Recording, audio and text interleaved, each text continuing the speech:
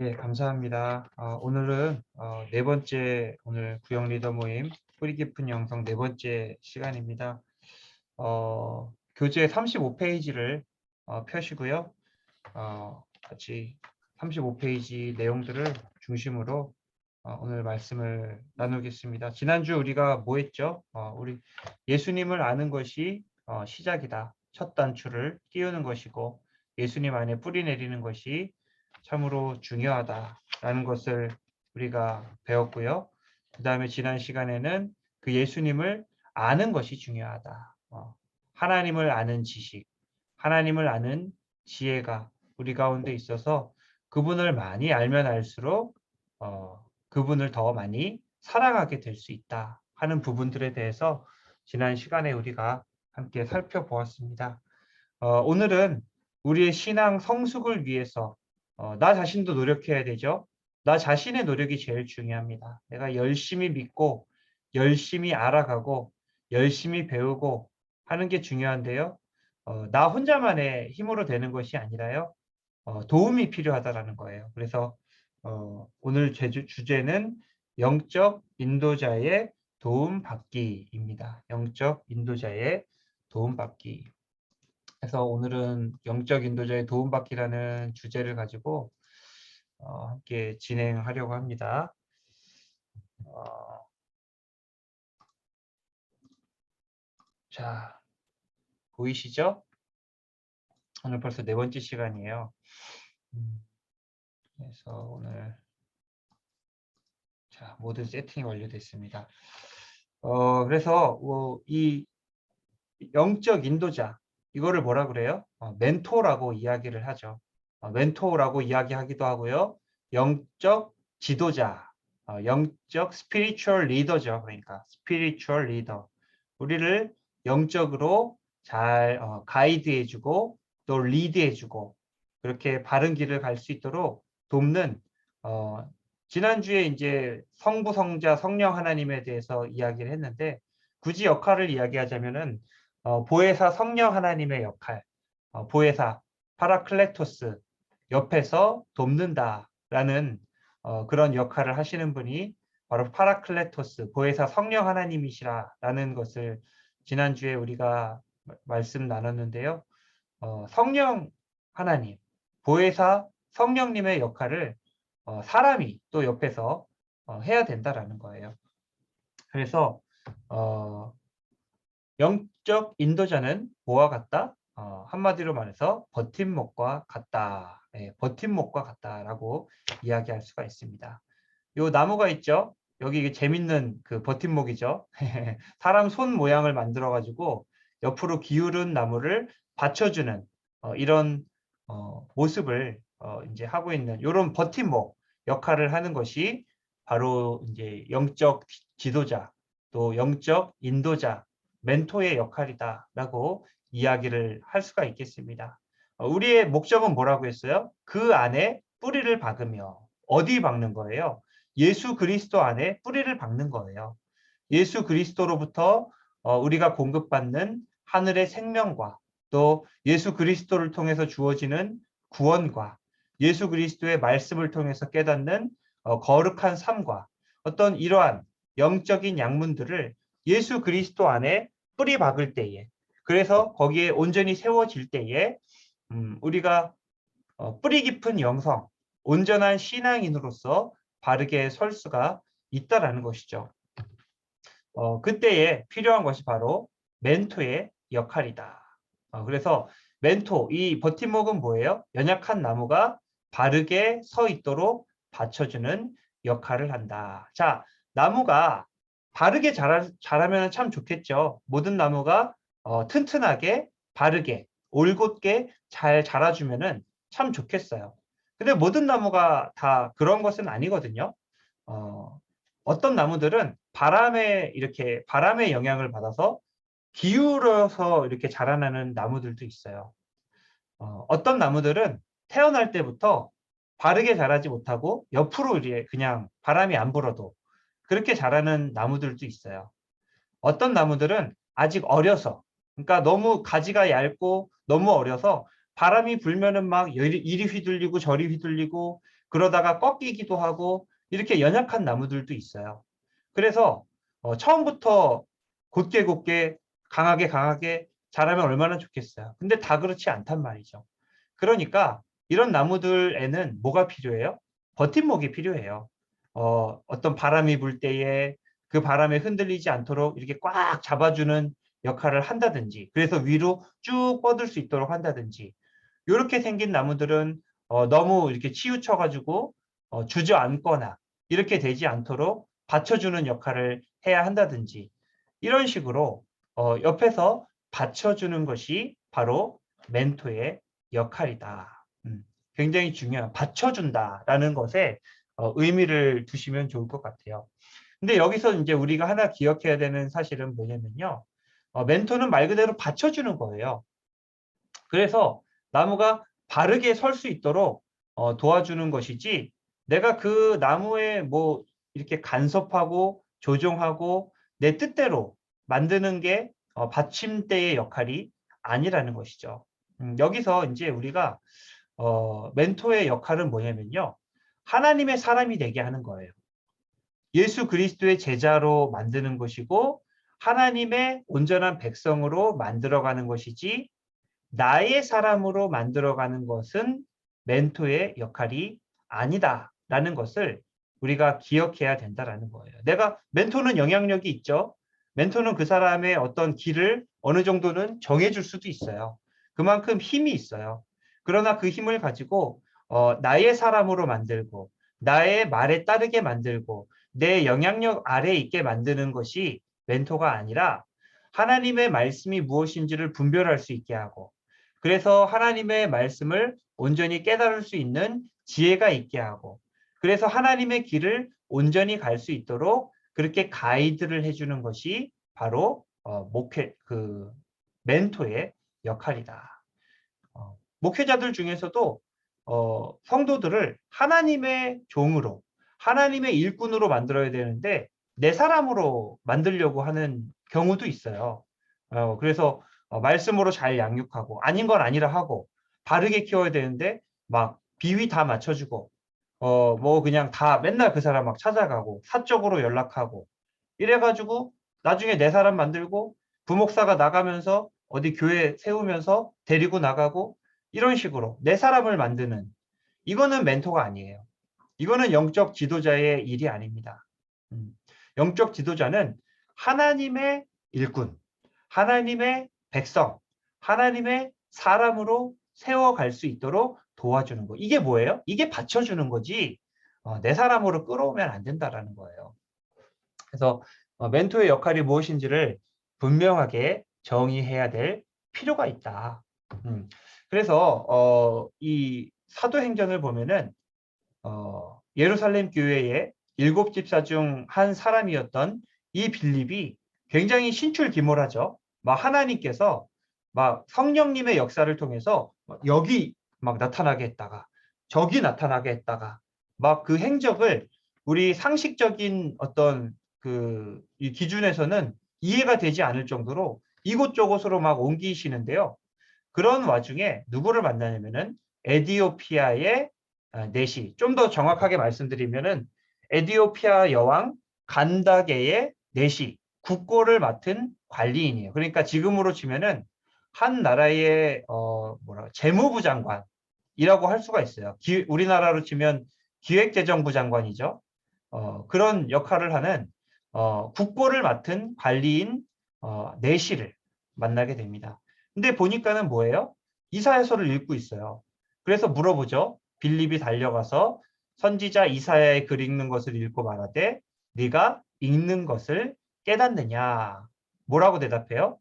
지도해 주는 사람이 없으니 어찌 내가 깨달을 수 있겠느냐 하고 빌립을 청하여 수레에 올라 같이 앉으라 하니라. 자, 이 내시는 아마도 외국인이지만 이방인이지만 유대교인이었던 것 같아요. 예.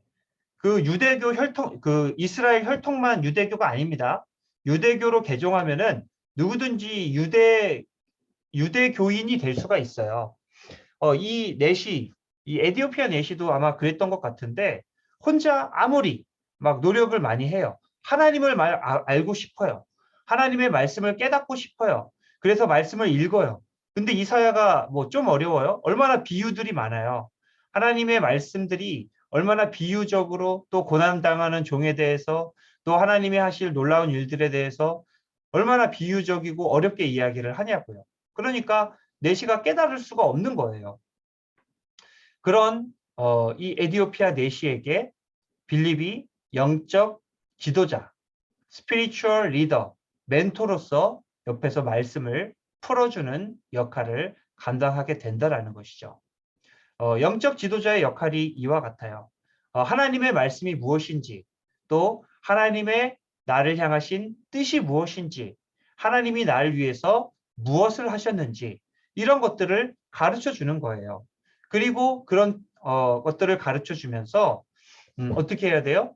무엇이 하나님의 뜻에 부합하는 우리의 거룩한 삶인지를 가르쳐 주고 그 길로 함께 데리고 갈 수 있는 그런 역할을 감당하는 것이 바로 리더로서의 역할이다. 그래서 이 빌립은 이 내시가 신앙 안에서 바르게 설 수 있도록 버팀목의 역할을 감당을 했죠. 내 사람 되지 않았어요. 그러고서는 또 성령님께서 휘몰아서 또 어디로 데려가 버렸어요. 이후에 이제 이 에디오피아 내시는 이에 관한 그 어떤 이야기들은 나오지 않지만 그가 세례를 받았어요. 빌립을 통해서 세례를 받고 예수님의 제자가 되었고 이후에 또 뭐 좋은 그 신앙인으로서의 영향력을 발휘했겠죠. 그래서 우리가 기억해야 되는 사실이 있는데 참 영적 리더가 참 중요하다. 이 그림 참 재밌죠? 리더의 중요성을 알려주는. 여기 이제 보스와 리더의 차이점을 알려주는 하나의 그림이에요. 여기 위에 앉은 사람은 보스예요. 이 보스는 어떻게 해요? 자기는 일 안 해요. 사람들에게 지시만 해요. 넌 이렇게 해. 너는 저렇게 해. 사람들에게 지시해요. 권위주의적인 리더의 모습이에요. 군림하는 한 20년 전 리더들의 어떤 뭐 20년 전이라고 다 나쁘진 않았죠. 근데 대체적으로 리더십이 이런 느낌이었는데 이렇게 하면 어때요? 여기 표정 보이세요? 여기 사람들? 이게 굉장히 좀 안 좋아하는 표정인데 잘 안 보이시죠? 지금 입이 다 삐쭉삐쭉 하고 있어요. 제가 요즘에 되게 재밌는 게 저기 저희 둘째 애기 이렇게 하면은 입부터 삐쭉삐쭉거려요. 막 울기 전에 입부터 막 이러면서 막 삐쭉삐쭉 하면은 한 2, 3초 후에 막 울어요. 그런 다음에. 여기 사람들 입이 그런데 좋지 않죠? 근데 요즘 우리가 원하는 리더의 모습은 어때요? 같이 일하는 사람, 같이 호흡하고, 같이 땀 흘리고, 맨 앞에 나가서 오히려 모범을 보여주고, 사람들에게 해라 해라, 알아와라 알아와라 하는 것이 아니라 내가 먼저 알아보면서 길을 제시해 줄 수 있는 리더들을 요즘에는 오히려 원해요. 그럴 때 여기 있는 사람들은 웃고 있잖아요, 뒤에. 그쵸? 네, 이게 아주 세밀한 표정 묘사인데 대단해요, 정말로. 리더가 참 중요해요. 우리 교회 안에서도 마찬가지. 뭐 국가도 마찬가지고요. 교회도 마찬가지고요. 사회도 마찬가지고요. 리더 한 사람에 의해서 나라가 바뀌고요. 리더 한 사람에 의해서 교회가 바뀌어요. 리더 한 사람이 정말 하나님의 성령으로 충만하여서 정말 하나님이 우리에게 주시고자 하는 귀한 말씀들을 하나님의 이름으로 선포할 때에 사람들이 은혜 받고 그 교회 안에 사랑이 넘치고 따뜻하게 벽이 허물어지고 그렇게 아름다운 공동체가 만들어질 수도 있는 반면에 한 사람이 똑바로 못하고 말씀을 공급해 주지도 못하고 그래서 사람들끼리 오히려 반목하게 하고 자기 이득만 챙기고 그렇게 하면은 교회가 어떻게 돼요? 허물어져요. 큰 틀에서도 마찬가지지만 작은 것도 마찬가지예요. 우리 구역 리더들도 뭐예요? 리더예요. 스피리추얼 리더예요. 나에게 맡겨주신 사명이 결코 가볍지 않아요. 오히려 야고보서는 뭐라고 하냐면요. 선생이 오히려 심판을 받을 줄로 생각하고 말을 많이 하지 아니하여야 책임이 더 많이 크다는 거예요. 맡겨주신 사명이 클수록 책임도 더 크기 때문에 그 책임에 따른 심판도 클 수밖에 없다라는 것이죠. 그러니까 리더가 이렇게 중요해요. 예수님 당시에 많은 종교 지도자들이 있었어요. 이들 뭐예요? 스피리추얼 리더예요. 이스라엘 백성들을 바르게 인도하고 그들이 정말 하나님을 온전히 알게 하고 그래서 온전한 신앙 안에 설 수 있도록 그렇게 버팀목이 되어 주어야 되는 영적 지도자들이 그 역할을 제대로 못했어요. 그래서 이 마태복음 23장을 보면요. 7가지 예수님의 종교 지도자들을 향한 화선포가 7가지가 주어지는 것을 볼 수가 있는데요. 그 중에 2가지만 제가 여기 적어놨습니다. 우리 김유성 지사님 마이크를 켜시고 한번 여기를 읽어주시면 좋을 것 같아요. 다 읽을까요? 여기 화 줄침대만 있을진저, 화 아, 네. 있을진저부터. 화 있을진저 외식하는 서기관들과 바리새인들이여 너희는 천국 문을 사람들 앞에서 닫고 너희도 들어가지 않고 들어가려 하는 자도 들어가지 못하게 하는도다. 화 있을진저 외식하는 서기관들과 바리새인들이여 너희는 교인 한 사람을 얻기 위하여 바다와 육지를 두루 다니다가 생기면 너희보다 배나 더 지옥 자식이 되게 하는도다. 아멘. 네, 아멘. 감사합니다. 마태복음 23장에서 13절과 15절만 이야기했습니다. 어떻게 했어요? 이 사람들이 천국 문을 열쇠를 가진 사람들이에요. 서기관과 바리새인들이 이스라엘 백성들을 천국으로 인도해서 그 문을 열어주고 들어가게 해야 되는 너무나도 막중한 사명을 가진 사람들인데 자기도 들어가지 않고 들어가는 사람도 못 들어가게 하고 이 리더가 제대로 못한 거죠. 또 심지어 어떻게 해요? 더 배나 지옥 자식이 되게 만드는. 그러니까 말로는 예수님 말씀에 의하면은 이들이 말로는 뭐 좋은 말들 많이 해요. 근데 그 삶의 모범을 보면 뭐예요? 도둑질하고 남의 것을 빼앗고 모범이 되지 못하고 그 모습을 본받은 백성들이 죄짓게 하고 이런 식으로 리더로서의 역할을 전혀 감당하지 못한다. 그래서 이런 사람들은 심판도 커요. 예수님이 뭐라고 하셨냐면요. 실족해 하지 말라. 작은 자 한 사람을 실족해 한 사람은 어떻게 된다고요? 목에 연자맷돌이 달려서 바다에 빠지는 것이 오히려 나으니라. 예. 얼마나 저기 잔인한 형벌이에요. 목에 연자맷돌이 달려서 바닷속에 빠져서 나오지도 못하게 하는 얼마나 잔인한 근데 그게 차라리 나을 정도로 그 실족하게 한 죄가 심판이 너무나도 크다라는 것을 말씀하셨거든요. 이 영적 리더들의 아주 그 막중한 사명에 대해서 예수님께서 우리에게 말씀해 주고 계신 것입니다. 자, 그래서 이렇게 중요하다라는 것을 이제 이야기하고요. 그래서 6장 그 밑에 보시면은 이제 우리가 만났던 내가 만났던 스피리추얼 리더, 영적 지도자, 영적 멘토가 누가 있는지 나누는 것들이 있어요. 제 개인적인 그 경험을 말씀을 드리면은 좋은 목사님들을 많이 만났습니다. 좋은 목사님들을 많이 만나서 제가 목사가 되겠다는 결심을 할 수가 있었어요. 근데 뭐 한 분은 아니에요. 뭐 한 분이 막 이렇게 저의 영적인 멘토이신 것은 아니고요. 어떤 목사님들은 정말 그 말씀에서 제가 너무 은혜를 받아서 아, 말씀이 사람들을 이렇게 살릴 수가 있구나라는 것을 깨달은 적도 있고요. 어떤 목사님은 이제 뭐 말씀도 좋으셨지만 인품이 너무 좋으셨어요. 따뜻하셨어요. 그래서 옆에 가고 싶고 가면은 얘기하고 같이 있으면은 굉장히 위로가 되고 그런 목사님을 저는 호주에 갔을 때 한 1년 반 정도 호주에 있었거든요. 근데 거기 이제 멜번 새순교회라고 있었는데 거기 다닐 때 그 목사님이 너무 따뜻했어요. 그래서 이런 분이라면은 나도 목사가 되면은 참 좋겠다. 물론 그 전부터 목사가 되느냐 마느냐 요걸 가지고 이제 그 고민이 있었지만 그 목사님을 만나면서 이런 분이라면은 나도 목사가 되는 것도 내 인생에서 목사가 되어서 살아가는 것도 괜찮겠다. 그런 생각이 들었던 적이 있습니다. 그분이 결정적이었어요. 그래서 이제 귀국해서 바로 이제 신대원을 들어갔죠.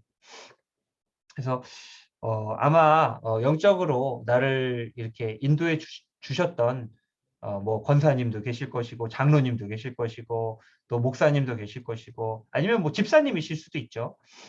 많은 분들이 계실 텐데 그런 분들을 한번 생각해 보시고 나눠 보시는 것도 좋은 것이리라 생각됩니다.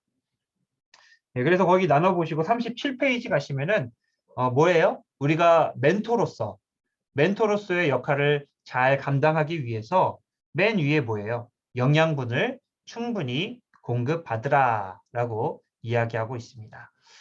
우리 황복영순 권사님께서 37페이지 뿌리를 깊이 내리는 거기를 한번 쭉 읽어주시면 감사하겠습니다. 영양분을 충분히 공급받으라. 뿌리를 깊이 내리는 나무에게 제일 중요한 것은 영양분을 충분히 공급받는 것이다. 충분한 생명을 공급받을 때 뿌리를 아래로 깊이 내릴 수 있게 된다. 우리는 너무 성급해서 예수님을 만나자마자 다른 사람에게 주기를 힘쓴다. 채우기도 전에 주기 때문에 쉽게 고갈된다. 건실한 나무와 같이 성장하려면 먼저 받는 일에 힘써야 한다. 예수님은 사역을 할 때 하나님 아버지께 먼저 받으시고 제자들에게 나누어 주셨다.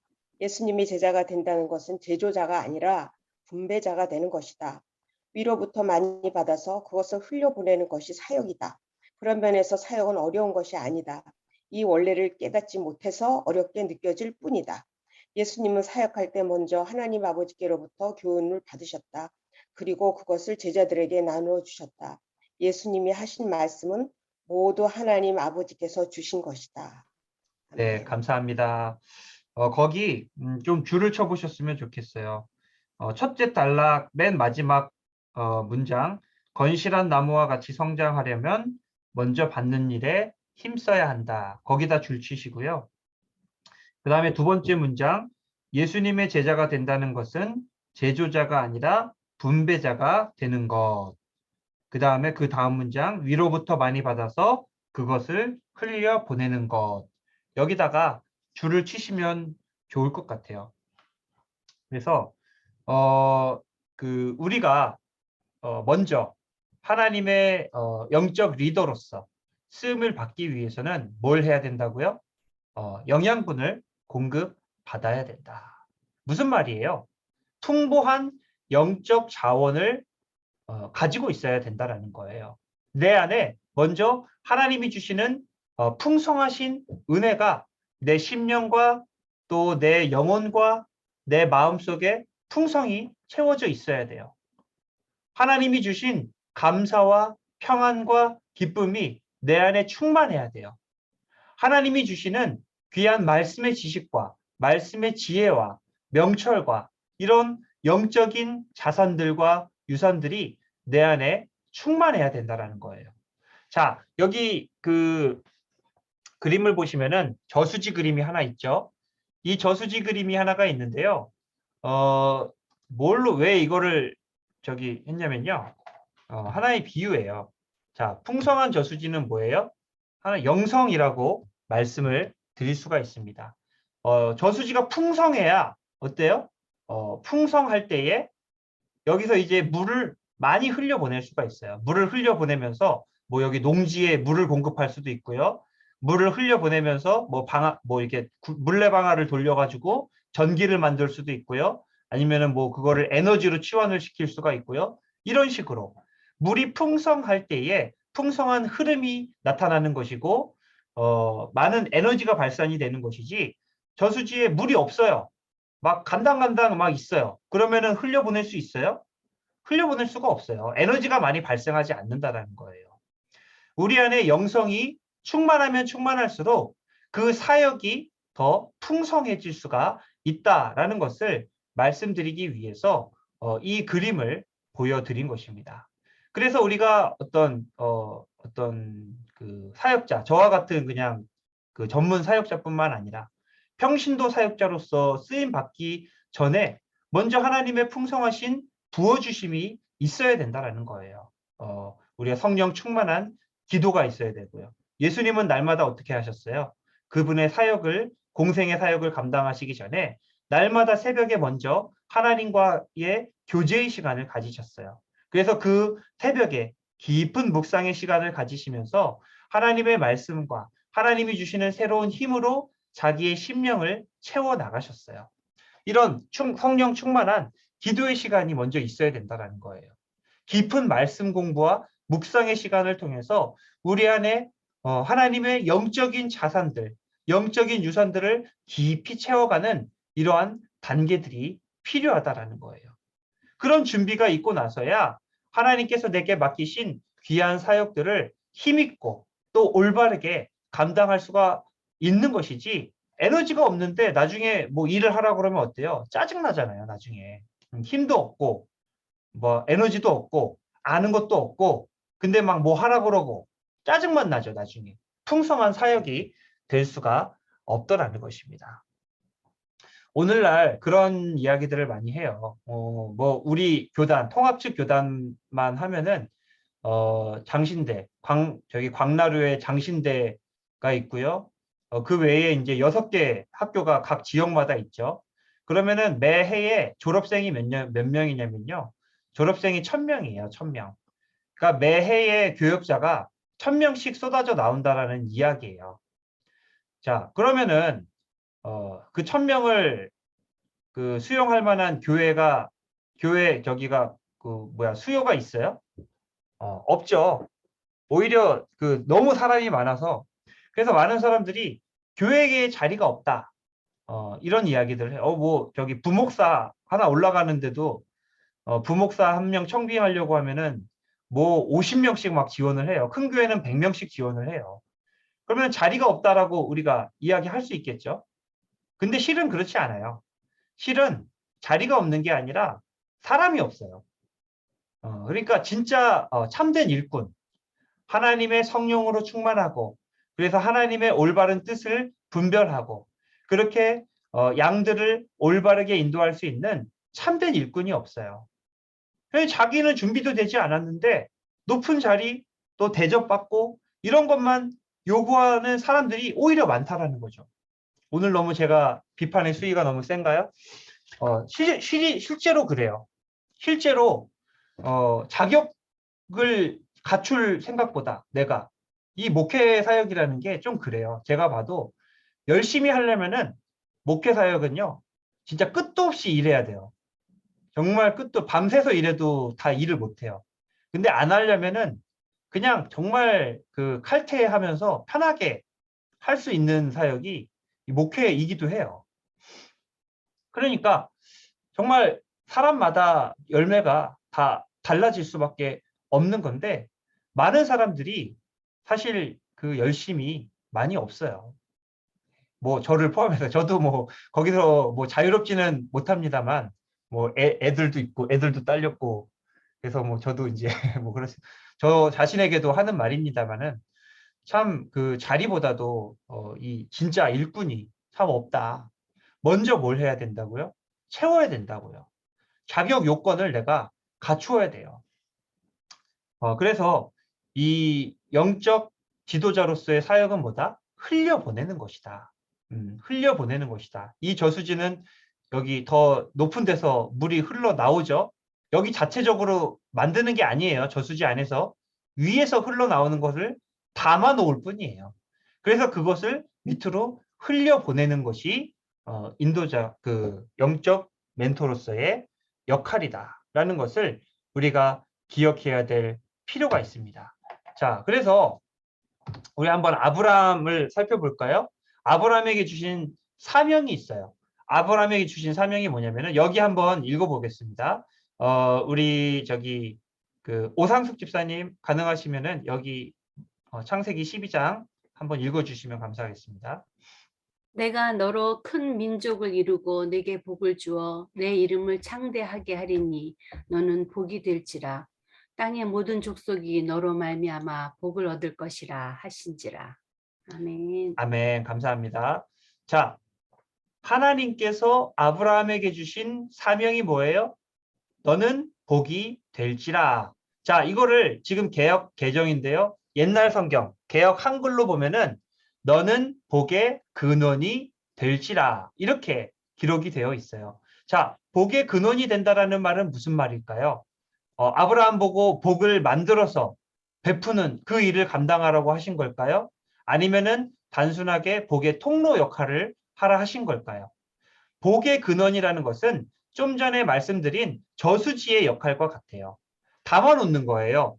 내게 하나님께서 주시는 그 복을 담는 그릇의 역할을 감당하는 것. 그래서 나를 통해서 사람들에게 복이 흘러가도록 그렇게 역할을 감당하는 것을 복의 근원이라고 이야기를 하게 되는 것입니다. 이게 왜 동그라미가 되다 말았죠? 아무튼 그래서 복의 통로 역할을 하는 것이 아브라함의 사명이에요. 복의 창조자가 아니에요. 복의 창조자는 누구예요? 하나님밖에 없어요. 하나님께서 주시는 그 복을 나는 내 그릇에 담고 그래서 내 통로를 통해서 어디에? 모든 족속에게로 흘려보내는 거예요. 그래서 하나님의 눈은 아브라함만을 향한 것이 아니라 모든 족속에게 향해 있었다. 하나님께서 아브라함을 사랑하시지만 아브라함만을 위한 것이 아니라 아브라함을 통해 모든 사람들에게 그 복이 흘러가도록 하시는 것. 이것이 영적 리더로서의 아브라함의 사명이었다. 이야기할 수가 있습니다. 자, 또 하나 살펴볼까요? 이스라엘의 사명은 뭐예요? 자, 여기 한번 출애굽기 19장 5절에서 6절 말씀을 우리 김경혜 지사님께서 읽어주시면 감사하겠습니다. 예, 안 들리는데요? 예, 다시 한번요. 세계가 다 내게 속하였나니 너희가 내 말을 잘 듣고 내 언약을 지키면 너희는 모든 민족 중에서 내 소유가 되겠고 너희가 내게 대하여 제사장 나라가 되며 거룩한 백성이 되리라. 너는 이 말을 이스라엘 자손에게 전할지니라. 아멘. 감사합니다. 하나님께서 이스라엘 백성들을 다 부르셨어요. 그리고 그들에게 여기 19장 이제 20장에서 이제 율법을 주세요. 율법을 주시기 전에 먼저 이스라엘 백성들에게 사명을 주시는데 뭐예요? 너희는 내 소유가 되고 제사장 나라가 되고 거룩한 백성이 되라. 이 세 가지 사명을 주셨는데 그중에 제일 중요한 게 뭐예요? 제사장 나라가 되는 거예요. 자, 제사장의 역할은 뭐예요? 하나님이 주시는 복을 자기만 누리고 자기만 거룩해지는 게 제사장의 역할이에요? 그게 아니죠. 제사장의 역할은 백성들을 거룩하게 하는 거예요. 백성들을 거룩하게 하고 그래서 이 백성들과 하나님 사이에 중보자가 되어서 하나의 다리 역할을 해서 하나님이 주시는 그 복들을 모든 백성들이 누릴 수 있도록 중간에 통로 역할을 하는 것이 제사장의 역할이라는 것이죠. 이 제사장 나라가 또 누구의 사명이에요? 이스라엘의 사명이기도 해요. 그러니까 이스라엘의 사명은 뭐예요? 선민 사상이 있고 보편주의가 있어요. 선민 사상은 우리만 하나님께 택함 받았다. 우리만 구원받았다. 우리만 복을 누린다. 이게 선민 사상이에요. 반대로 모든 사람들을 하나님께서 사랑하시고 모든 민족들을 하나님께서 구원하기를 원하신다. 이게 뭐예요? 보편주의예요. 근데 하나님의 눈은 어디를 향해 있어요? 세계가 다 내게 속하였나니. 하나님의 눈은 이스라엘만 바라보시는 것이 아니라 세계를 바라보고 계세요. 그 세계를 다 사랑하셔서 이스라엘 백성들을 통해서 모든 만방이 하나님께로 돌아오기를 원하셨다라는 것이죠. 그러니까 이스라엘에게 주신 이 사명은 뭐예요? 통로 역할이에요. 통로 역할. 하나님의 복이 이스라엘 백성들을 통해서 세상으로 흘러가기를 원하셨던 거예요. 아브라함에게 주셨던 사명과 동일한 사명인 거죠. 그러니까 이 흘려보낸다라는 것이 참 중요합니다. 자, 오늘날 이스라엘의 사명이 그런 것이었다면 오늘날 새 이스라엘, 이 성도, 교회 안에 예수 그리스도를 믿음으로 하나님의 자녀가 된 우리 성도에게 주시는 사명은 뭐예요? 구원의 통로가 되는 거예요. 구원의 통로로서의 역할을 감당하는 것입니다. 이거는 이제 좀 이따 나눌 말씀이긴 한데 우리 최수경 권사님께서 이 말씀을 읽어주시면 감사하겠습니다.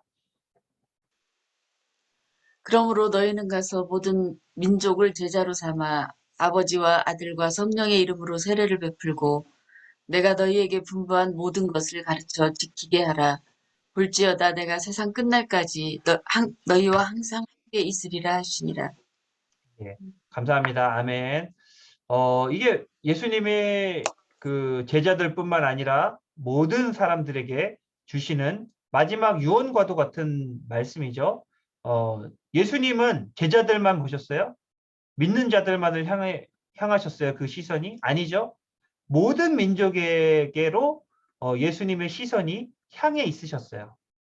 그래서 그 모든 민족을 어떻게 하라고요?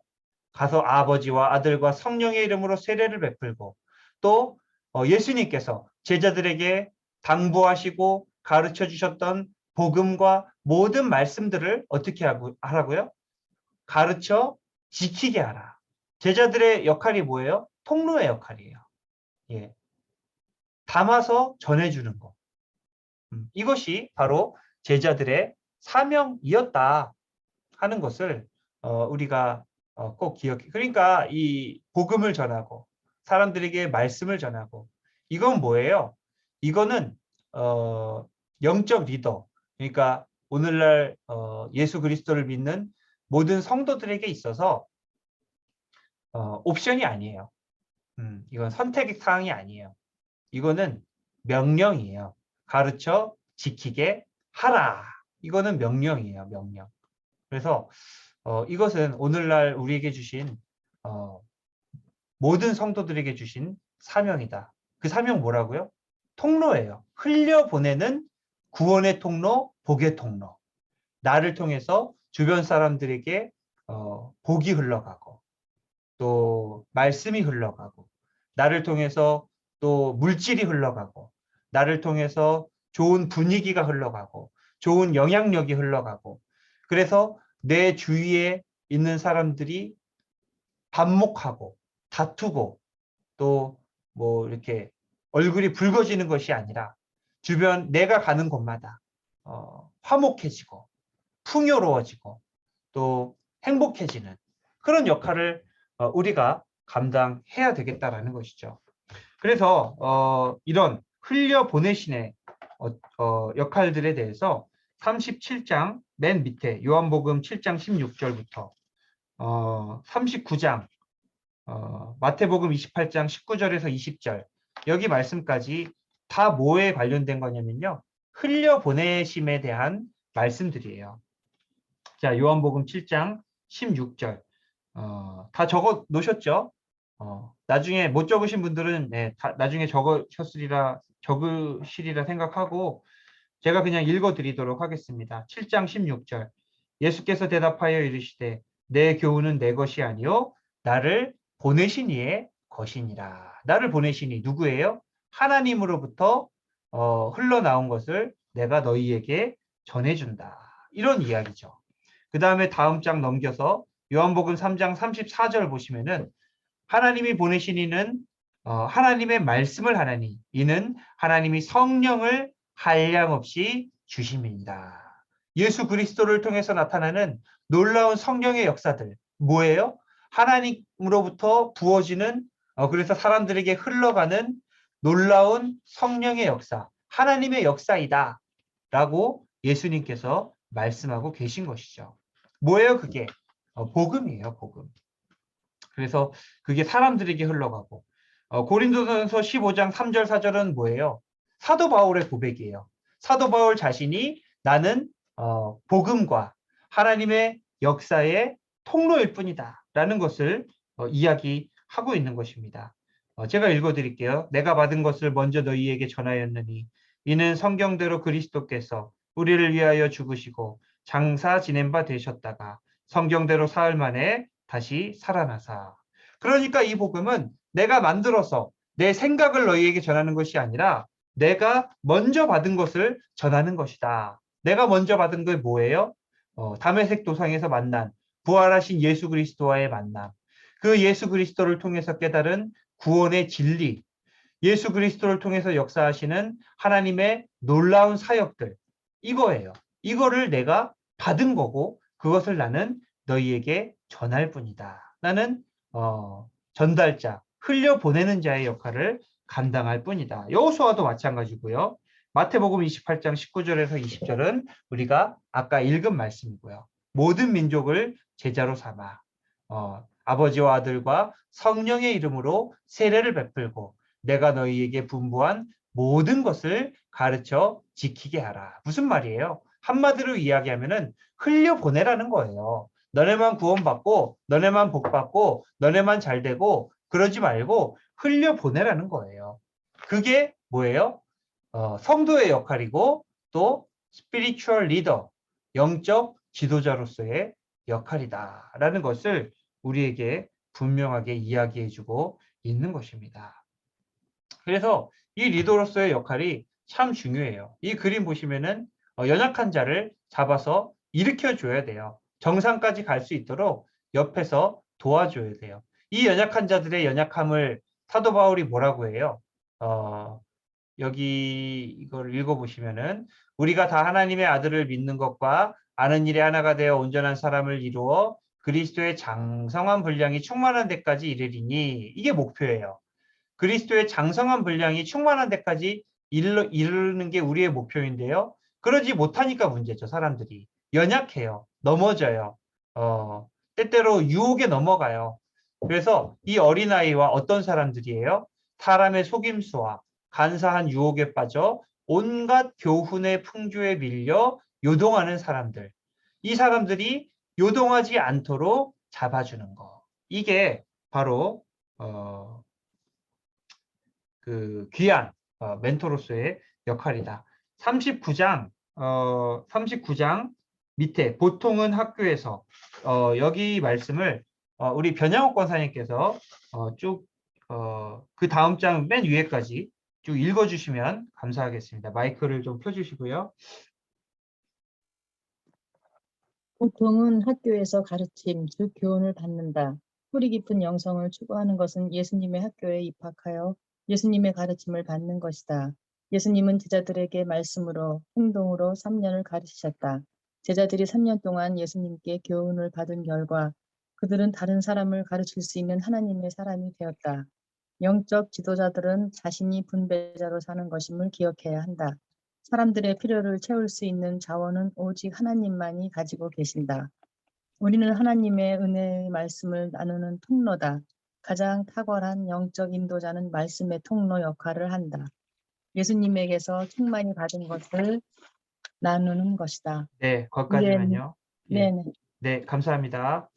한번 밑줄을 좀 쳐보시면 좋겠습니다. 39장 지금 읽은 두 번째 문장에 사람들의 필요를 채울 수 있는 자원은 오직 하나님만이 가지고 계신다. 그리고 그 다음 문장까지요. 우리는 하나님의 은혜의 말씀을 나누는 통로다. 통로에는 동그라미를 치시면 좋을 것 같습니다. 그래서 우리는 통로예요. 통로. 우리는 통로의 역할을 하는 것이고 내가 내 생각과 내 철학과 내가 가진 자원을 사람들에게 만들어서 나눠주는 것이 아니라 내가 하나님께로부터 받은 그 자원들을 사람들에게 흘려 보내는 것이다. 라는 것을 우리가 알 수가 있는 것입니다. 그 개념을 계속해서 나눴기 때문에요. 좀 기억하셨으면 좋겠고요. 제가 마지막 읽어드릴게요. 40장 위에 워렌 위어스비는 제자 사역의 본질을 다음과 같이 강조하고 있다. 예수께 필요했던 것은 제조자로서의 제자가 아니라 분배자로서의 제자였다. 예수께서는 소년의 도시락을 취하여 하늘을 우러러 축사하시고 그것을 떼어 제자들에게 주시며 배고픈 무리에게 나누어 주라고 하셨다. 그래서 뭐 동일한 말씀이고요. 그래서 우리가 먼저 은혜 받는 게 필요하고요. 내 심령 또 내 영적인 요구를 먼저 채우는 게 중요하다. 섬기는 것도 중요해요. 근데 내가 가진 게 있어야 섬기죠. 내가 가진 게 있어야 나눠주죠.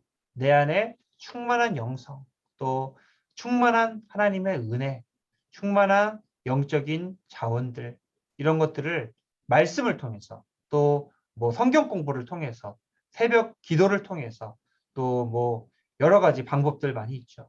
그런 어떤 다양한 우리 그 신앙의 모습들을 통해서 채워가는 그런 것들이 필요할 것 같고요. 맨 마지막 질문, 당신의 신앙생활을 돌아볼 때 가장 큰 은혜를 받은 적은 언제인가? 만약 그런 경험이 없다면 이 훈련을 통해 어떤 은혜를 사모하는가?